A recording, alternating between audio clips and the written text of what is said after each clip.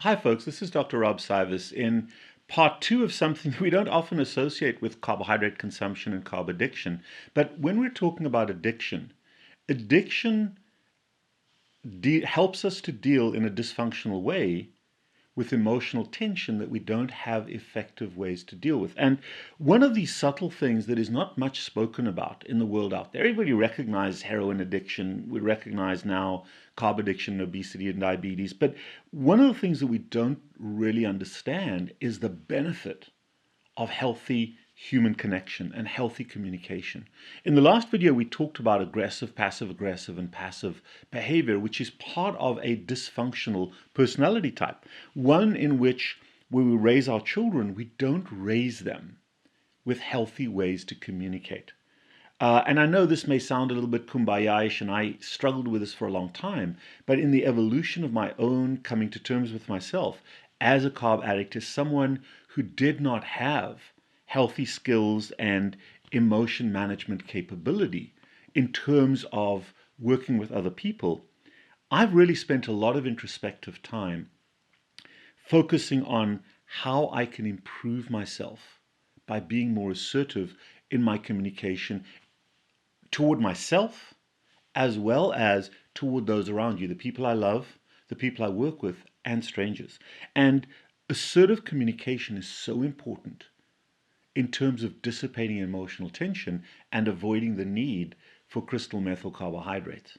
So today we're going to talk a little bit about how you can improve yourself to be more assertive. And by the way, folks, I do these videos for free because I do believe that there is a public service element. However, if you enjoy the content, please just hit the subscribe button and become a subscriber. It's free, but hit the subscribe button whether you agree or disagree. That helps us. And if you really enjoy the content, we have a Patreon account, and it's so nice for people to generate some money there so that I can pay for these videos to be put out. Now, let's go on to understanding assertive communication. One of the things that we have to be able to do under emotional duress is to take our own pulse. To be able to describe how we feel to ourselves. Be able to recognize how we feel. But also, if we're going to recognize how we feel in a human interaction, we have to be able to describe the other person's behavior objectively. In other words, if you were watching a movie or watching somebody at a distance, how were they behaving? What you don't want to describe is your emotional reaction to it. You can feel your emotional reaction to it. I want you to hear and feel and recognize your emotional reaction to that. But really, be able to identify and objectively describe the behavior that caused your stress or anxiety. And use concrete terms. Don't use abstract, vague terms. The person did this. And be specific. Because all too often when we want other people to believe what we're saying, or we want ourselves to, we magnify and we embellish and we add things and we use vague terms. He always does this. They never, those terms, those absolutes are very emotive ways to describing things, and they evoke aggressive or passive behavior. So describe the specifics. Be objective. Time, place, and frequency of the action. And I know that may be difficult, but you really want to be very factual about specifically what happened, not about how it made you feel when it happened, and also, more importantly, not by using verbiage and words that are designed to convince other people, because otherwise it becomes a crying wolf situation that other people don't believe you, even when the facts are correct. If you have to overstate those facts, that becomes a problem. And describe the action, not what motivated the action. That's also important, because as you think about this, as you can develop empathy for the other person's situation, You want to understand what they did. Don't interpret why they did it, because you're going to clash with them.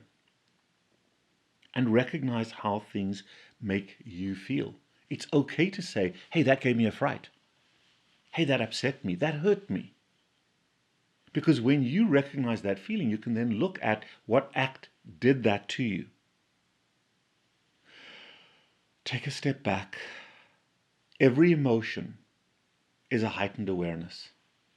Every emotion, including depression, is a heightened awareness. Be able to step back, do something to calm your emotions so that you can express the facts calmly. And be positive about your feelings. Don't be ashamed of them. It's okay to feel frightened. It's okay to feel hurt. But say so. Say so to yourself. Don't try to deny your feelings because they may, in your perception, be a form of inadequacy. Everybody gets frightened. Everybody gets scared. Everybody's happy. Everybody's sad at various times. And then the most important thing is to identify the behavior and don't call the person by that. He's a racist. That is very inflammatory. He says and does racist things. That is more concrete and factual. We can fix that. You can't fix who somebody is, but you can fix things that they say and do.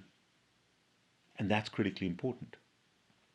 And that's one of the reasons, for example, when we look at what happened in Minneapolis recently. Yes, there's a racist subculture. That racist identity, racist statements, racist behavior is tolerated. But that cultural identity of that police force allowed people who are psychopaths, who like to inflict pain and hurt, to operate within a tolerable culture. Racist statements, racist behavior can be corrected because people aren't born racists, those are created. But psychopathic behavior cannot be addressed. It is who somebody is. They are psychopaths. And we have to separate the two out. Because through compassionate education and through assertive behavior, we can correct racism as a culture and within individuals. If we understand that there are good people who have been misguided and misled and misdirected, and we can correct that. Are we always going to be successful? No. No. But at least we can try. But when it comes to psychopathic behavior, there is no cure. That is who somebody is, and it's unfortunate. But those people need to be protected from greater society, or society needs to be protected from them. That's just my 2 cents worth. But when it comes to assertive communication, what you want to do is, and we'll use the racist equilibrium, and I know it's very emotive right now, but when you're being assertive, don't tell the person, you're a racist, you're terrible, get out of my face. If you really want to figure this out and fix it going forward, what you want to do is to ask for explicit changes in somebody's behavior. Don't imply, don't make suggestions that are vague. Be concrete. Be concrete. And if you can be concrete about the exact behavior that you want somebody to change, and you can help them to understand why it is of value to change that behavior, you're going to take good people who've been misled and misguided or brought up inappropriately and help good people to become better. That is assertive behavior. Start with small changes. You're not going to eat this elephant in one bite. And that's the problem. You can't eradicate racism with one statement from good people. But you can make little changes. You can make little changes. And being assertive means identifying the exact behavior you want to change, and maybe all the behaviors, and start with one tiny little thing, get people to change that, and then slowly move forward. whether we're treating carb addicts or racists or other people with dysfunctional interactive behavior, we start with small concrete changes and you build on those and you add to them every day. Because what we have to help people to do is to change fundamentally in terms of the foundations by which they live. You can't change who you are, but you can change the fundamental foundations by which you live, whether it's quitting carbohydrates and finding better things to do, or quitting racism and finding healthier interactions with other people. And then we also have to specify what behaviors we are willing to change and what behaviors we are willing to adapt to. Because it has to be bidirectional. It's not all or none. And I think that is, especially when it comes to passive racists and passive carb addicts, that is such an important concept to understand. That we also have to understand what those people are capable of and what we can change to be more compassionate toward their fears and their concerns and their emotions. But one of the things you do want to do for yourself when you're dealing with addiction, for others, is make consequences explicit and uphold that explicit consequence. We find a lot with our permissive patients is that they'll yell and shout at the kids and they'll tell them, if you do this again, and there's no follow-through. Make consequences factual and make them explicit and execute on the consequences. But on the flip side of that, always, always, always reward positive changes. Reward positive changes, irrespective of how much you expected to see. Reward the little changes, because nothing encourages change more than the reward for a little positive change. I don't care how long or how far you go for a walk. I care that you go for a walk.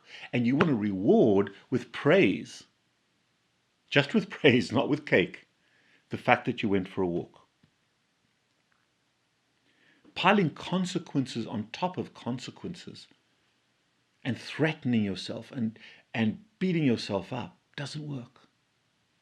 Set a goal, set a specific objective, make a consequence explicit, and reward yourself for the behavior. That's being assertive. But above all, be kind and have gratitude, compassion and empathy, and be okay not being okay. If you want to understand more about how to be assertive and to live wholeheartedly, Google something. There's a woman by the name of Brene Brown. Most of you know her, some of you don't. B-R-E-N-E Brown. Brene Brown. And just Google her 10 guideposts for wholehearted living.